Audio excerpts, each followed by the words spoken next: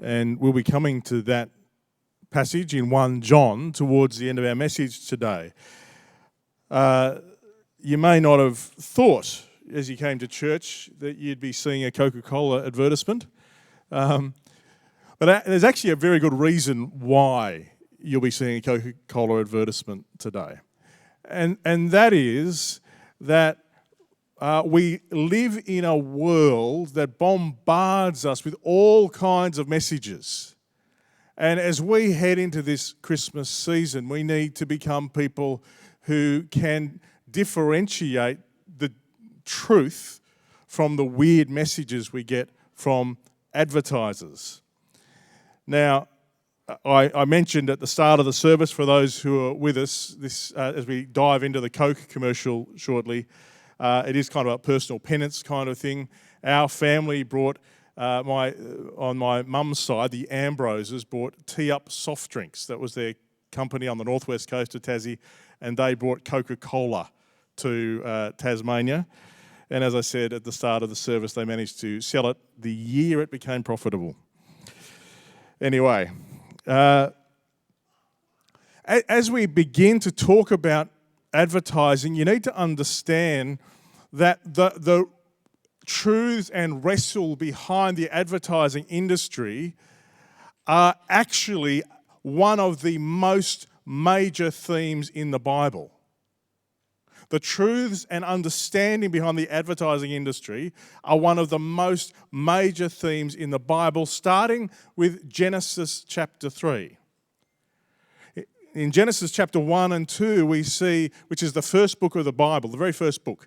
But in Genesis chapter 3, we see that God had created the world and it was good in Genesis 1 and 2. But in Genesis 3, another story comes in.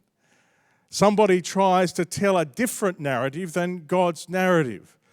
And the basis of the different narrative, we see the snake tempting Eve, and the basis of the temptation was a couple of things. One was that you'll become like God. You get to be your own God. You don't need someone else telling you what to do.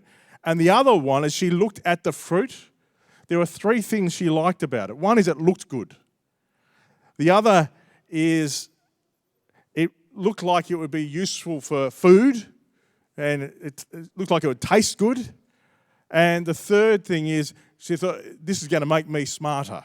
So it was about her needs. And usually the alternate story to God's story is about meeting your needs. That's what the evil one wants to come in and do. And every time Satan turns up in the Bible, starting there in Genesis 3, but we also see him turn up in the book of Job and then in the temptations of Jesus, we see him turn up, and it's not like he has some big army or some big complicated thing. The one thing he does is try to get you to believe a lie. The one thing he does is try to get you to believe a lie.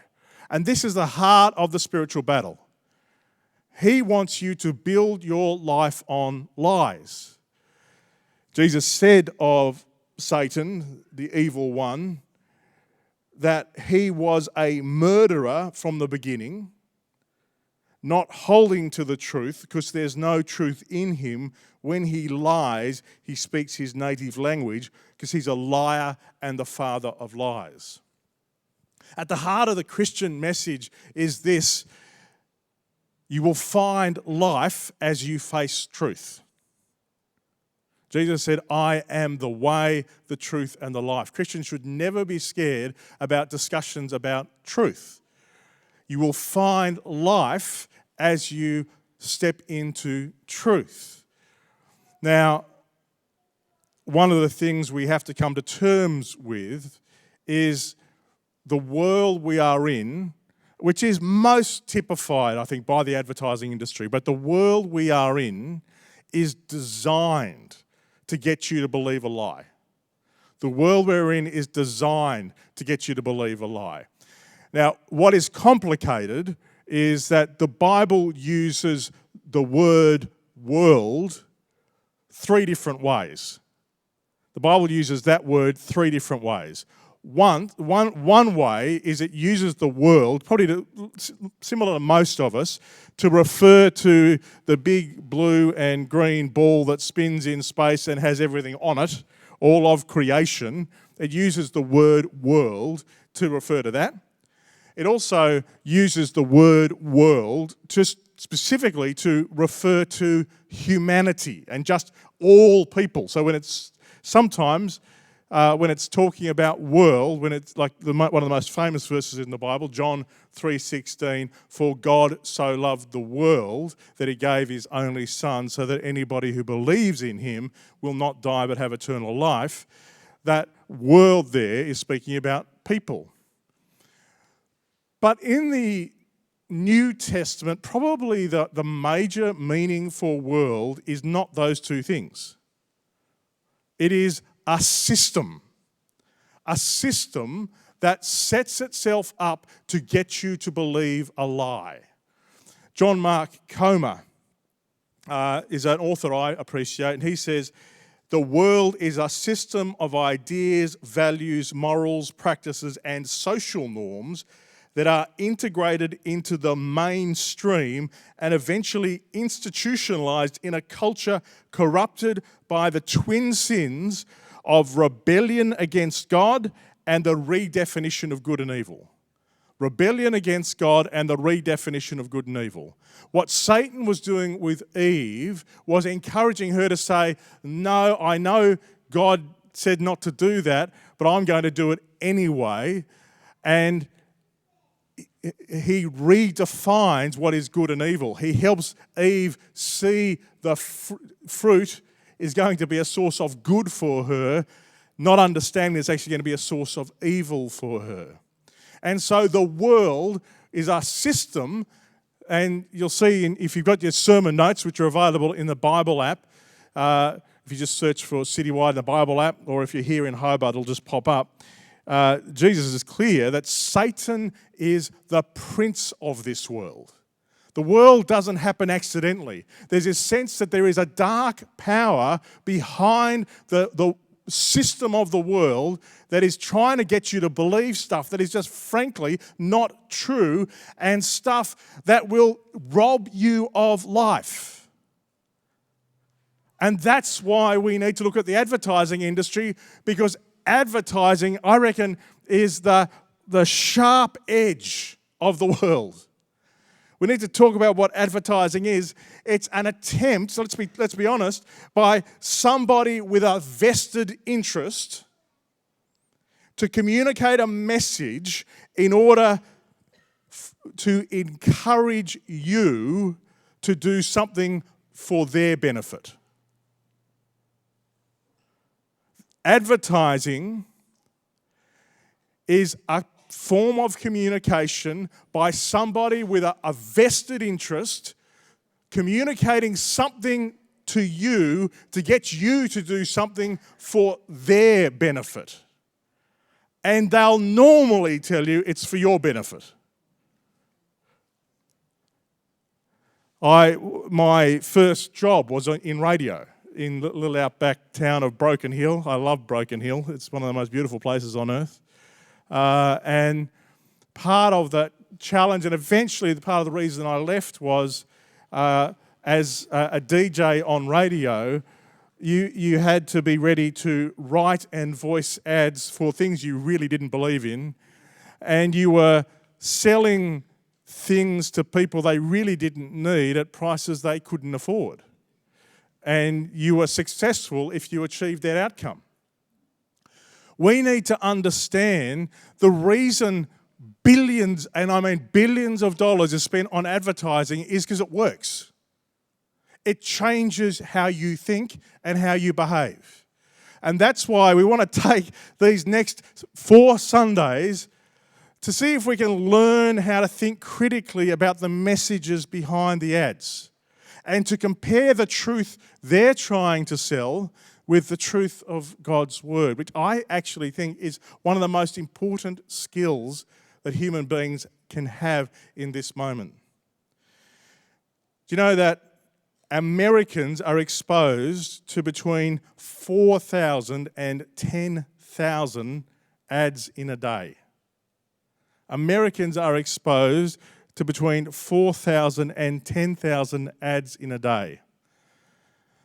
You wouldn't think, would you, that this space we're in is a church? You wouldn't think there'd be many ads in here, would you?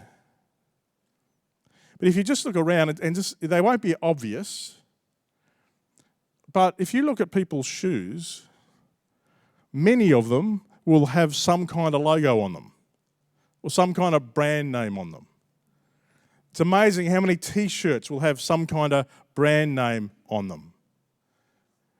And as you look around, it's not that all advertising is bad. We actually have advertising up the back for Baptist World Aid and the Christmas store where you can give a Christmas gift. But it's intentionally trying to get your attention and get you to do something. We need to learn that advertising is part of our life. The one study I could find from Australia is that Australians see 2,808 ads a day, half of which we pay attention to. So that is conservatively 1,400 messages from vested interests trying to get you to do something you hadn't wanted to do before you heard the message. So that's why it's important for us to get our heads around this. Effective advertising, the most effective advertising does two things. It identifies a human need and then it connects a product or a service to that human need.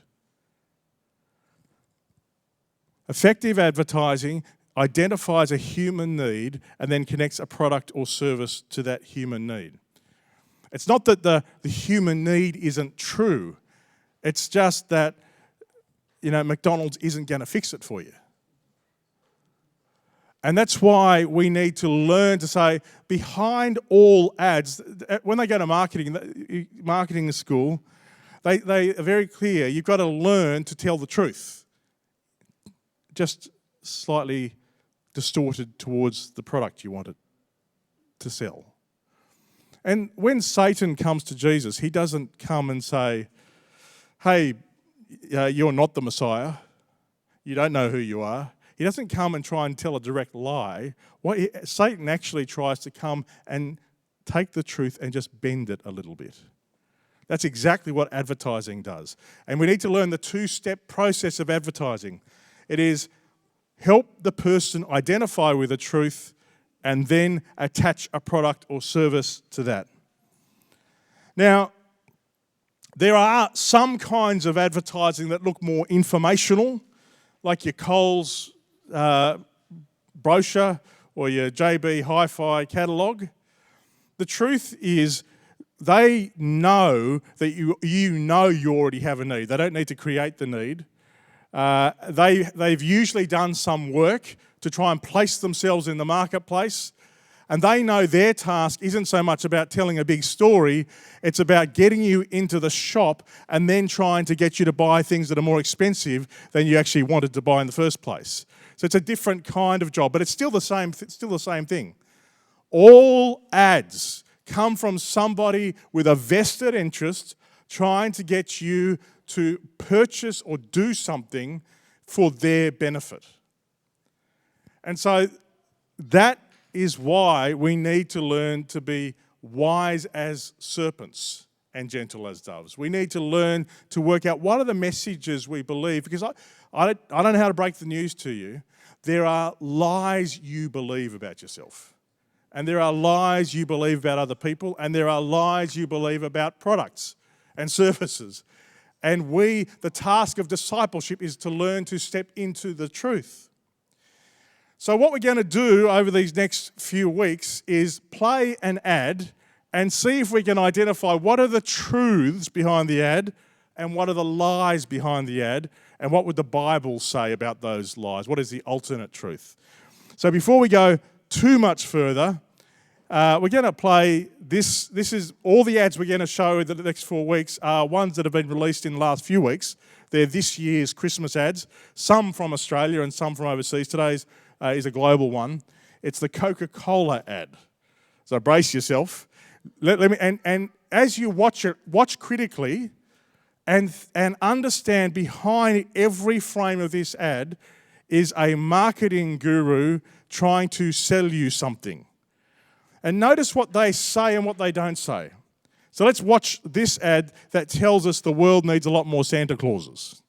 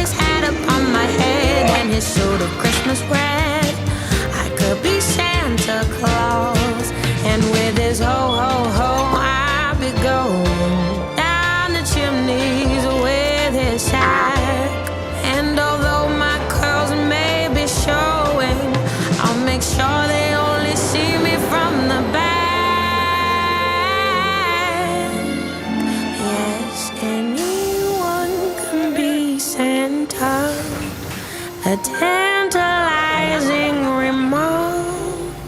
Though his boots are not my size, with a twinkle in my eyes, I could be Santa Claus.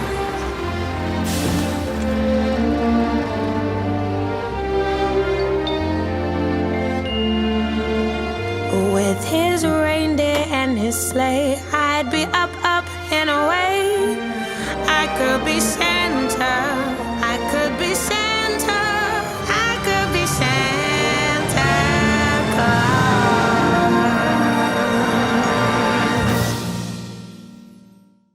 There you go. Now, a couple of things to note as we begin to unpack what that is and what are the truths it's trying to tell and what are the lies behind the ad. You'll notice even when the word Coca-Cola isn't in frame, the Coca-Cola colour is in frame. Because marketers know that colours are powerful. And that particular shade of red, particularly if they can put white with it, will evoke Coca-Cola wherever you see it. Do you know that part of the reason Santa wears red and white is because of a early 1900s Christmas advertising campaign by Coca-Cola? Up till that point, Santa sometimes wore red, but he often wore green and all kinds of other colours.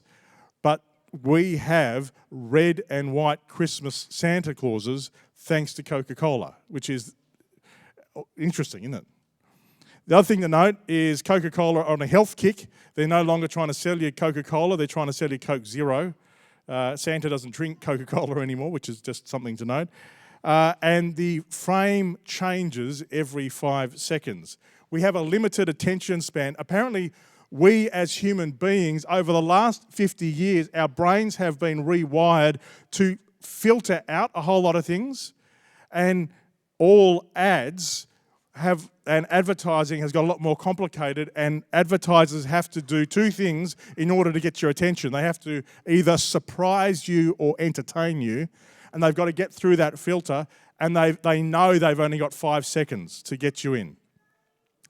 Now, in that ad, there was a whole lot of little micro stories. Did you notice that? There was a whole lot, in any story, there is a sense of attention and a resolution of the tension. And there is a truth that is behind the whole ad. So what I asked you to do is to see if you could see in that ad, what were the truths that this ad was trying to tap into? And then we want to unpack what are the things what are the lies behind it. So we're going to take now a moment to see if we can identify, and this is something for people at home as well, we're going to put up a Mentimeter and ask, what were the truths you saw behind this ad was trying to tell you? What was the truth it was trying to tap into? So if you've got your phone, and can you pull out your phone right now? And we're going to chuck up a slide. And what we'd love you to do, turn around to people who don't have phones and write down their answers and talk about, just for a minute, what was the truths behind this ad? What was the truth it was trying to tap into? What was the truth it was trying to get you to believe? So let's see if we can start. So this QR code will take you to the place where you can put in your answers. You can just go to mentimeter.com and type in that code. It is actually very important to see if you can work out what is the truth behind the advertising and where does it go wrong. But we're starting with what is the truth. So let's see if we can start to get some answers. What truth did you see this ad was trying to tap into? So if you've got a phone, turn around to people who don't have a phone, and if you're at home, we want to hear from you too. And Matt, let's just start to see some of the answers as they come in. So some of the truths that it's trying to tap into: family, kindness, generosity, holiday spirit, helping others is good, loving others. Coke, what does it say? Coke evokes community. That's interesting. That's small actions matter. We're strong. My goal at the end of these 4 weeks is that you will never see an ad the same way again. My goal at the end of these 4 weeks is that you'll never see an ad the same way again. That each week we'll be unpacking, okay, what are the truths behind these ads and what are they trying to get you to do? It is interesting. Kindness is the number one thing that's emerging, isn't it? We all want kindness. Really encourage you to keep giving your answers in, and this Mentimeter will stay open. But what I actually think we're naming, I think the truth that I'm sure a panel of marketing experts came up with for Coca-Cola, that it's interesting, the words there: kindness, generosity, sharing, family, giving, caring. Matt, we can take that off the screen now and people can see my ugly face again. I am sure a marketing guru went into a boardroom and said, people are feeling isolated and scared. The stuff that's happening in Ukraine, they wouldn't have yet known about what was going to happen in the Middle East. That the big truth behind the ad is that people are feeling insecure and they are longing to experience kindness and grace. That this is the big need that the ad is trying to evoke, which is not a bad thing, that to realise that people are wanting kindness and grace and generosity. That's fantastic. What is the lie behind the ad? What is the lie behind the ad?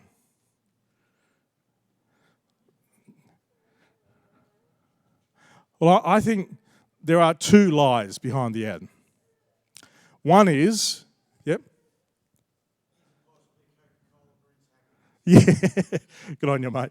Yeah, I think you're right, that the brand Coca-Cola is associated with that kindness and happiness and things we all want. That is the ultimate lie behind it. And the other one is, all that needs to happen for kindness and grace to be, let loose on the world is for all of us to act like Santa Claus. That all we need is everybody to, just be Santa Claus to each other. Who didn't think of that? This is where it's quite important for us to differentiate Santa from Jesus. Because the kind of cheap grace that Santa typifies when he comes down your chimney, wiggles his nose, and all the presents appear, is completely as fake as Santa is himself. Sorry for anybody, my wife's a bit worried that I said Santa was fake. This is a church, people can cope. But there is this lie that we want to buy into, that somehow everything can be made better if somebody wiggles their nose. That grace has no cost. Let's have a look at the Bible. 1 John chapter 4. If you've got your Bibles, pull them out. And Matt, can we have the house lights up just so that people can read their paper Bibles? 1 John chapter 4. It's a bit brighter, isn't it? Listen to this. If anyone acknowledges that Jesus is the Son of God, God lives in them and they in God. And so we know and rely on the love God has for us. God is love. Whoever lives in love lives in God and God in them. What John is writing here is, he's saying, look, if you are desperate for connection, if you're feeling powerless and lonely, there is an answer. And it's not Santa Claus and it's not Coke. We can rely on Jesus. We can live our lives, John's saying, in him. Now he goes on and says, this is how love is made complete among us, so that we'll have confidence on the day of judgment. In this world, we're like Jesus. There is no fear in love, but perfect love drives out fear, because fear has to do with punishment. The one who fears is not made perfect in love. Don't know if you've noticed it, but that ad, with all its little micro stories, actually tried to tap into fear. A whole lot of natural fears that many of us have. Some of them are silly fears, like losing a sock in the laundry. Others are more substantial fears, like if you've been away from home for a long time, and sometimes there can be a real insecurity in coming back into family networks. Or if you, I don't know if you've ever missed a train, and feeling like you're running late. And in each one of those micro stories, the ad tried to put up a moment of tension or a moment of fear. When the vending machine doesn't give you your Coca-Cola. It's interesting the way it works, that there's a whole lot of little stories, and then the big heroic moment is when Santa shares his Coke with the other Santa, which is typified as the moment of grace. One of the things we have to come to terms with is that loving other people isn't easy. Grace isn't easy. You don't just wiggle your nose. Have you noticed that? Loving people, particularly people who you find painful, is not simple. You don't just drink a can of Coke and all of a sudden you love people. But what the central truth that 1 John here is saying is this: because we're loved, because we are loved, we can love other people. The foundation of grace is not cheap. It's not simple. The foundation of grace is the foundation of a cross. Jesus didn't come to earth and wiggle his nose and come down the chimney. He came and died and said, "This was my turn. And as the Father sends me, so I send you."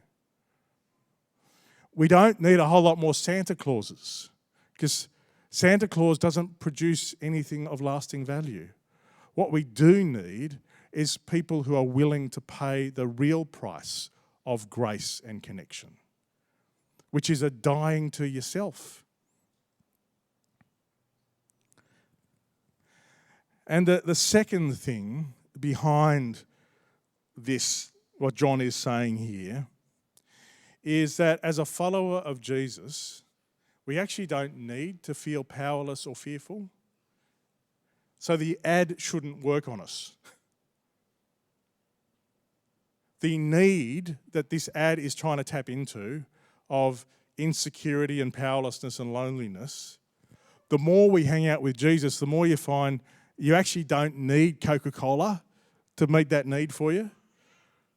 That need is met in Jesus. Now, John goes on and he says, we love because he first loved us. Whoever claims to love God yet hates a brother or sister is a liar. It's pretty full on, isn't it? Isn't that full on? For whoever doesn't love their brother and sister whom they have seen cannot love God who they haven't seen. And again, this is where the truth of the gospel message comes clashing with the fluff of the Christmas message. Christmas says grace and joy and peace are all wrapped up and neat and fluffy because Santa tells you so. Jesus comes and says grace and joy and peace are beautiful truths that we're all destined to experience, but they're not light and fluffy. They come at a price, and the only way to be able to step into those things is to know you are loved in and through Jesus.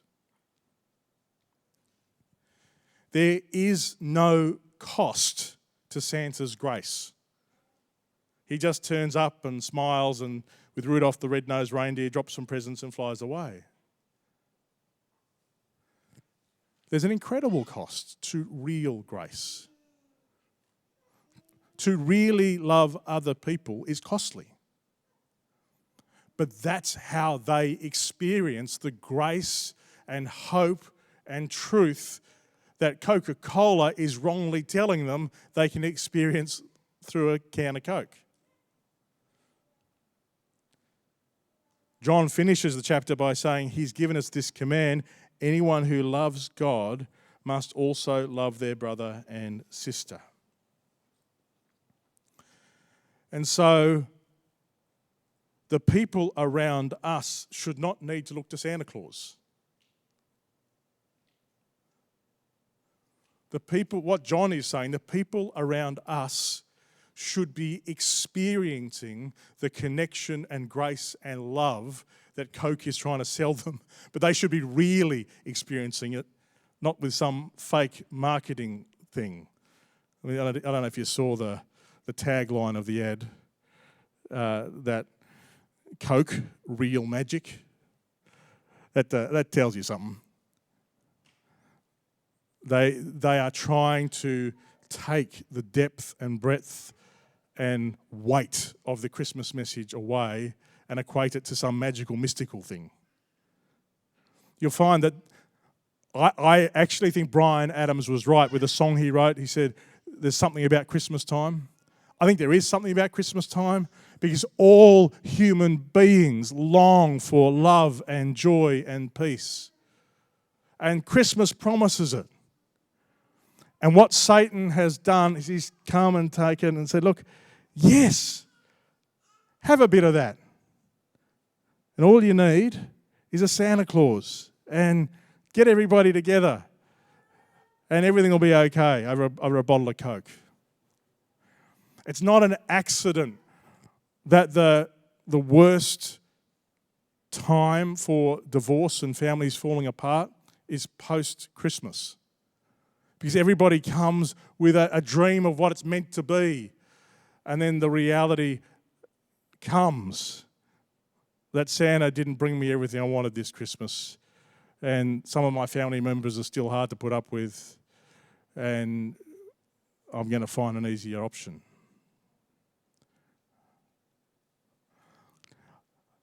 I think it's essential for us to learn to be able to exegete the messages of this world. To learn that for many of us, we're not even conscious of it, but we buy the messages behind the ads. And the incredible truth is that no matter what the advertising tells you, no matter what the messaging tells you, it will only ever be a pale imitation of the life and joy and peace that is found in and through Jesus. And that's why it's good to sort of step back and say, okay, what is the truth here? And then what is the actual truth for us? Let's pray. Jesus, we realise that marketing people are clever and they are trying to tap into our desperate need for kindness and our desperate need for hope. But they're pointing people in the wrong direction. I pray for our community. Thank you for all those who have been asking us for prayer over the last little while. I pray that our community would discover that hope isn't found in Coca-Cola or even in Santa Claus, but that hope is found in you.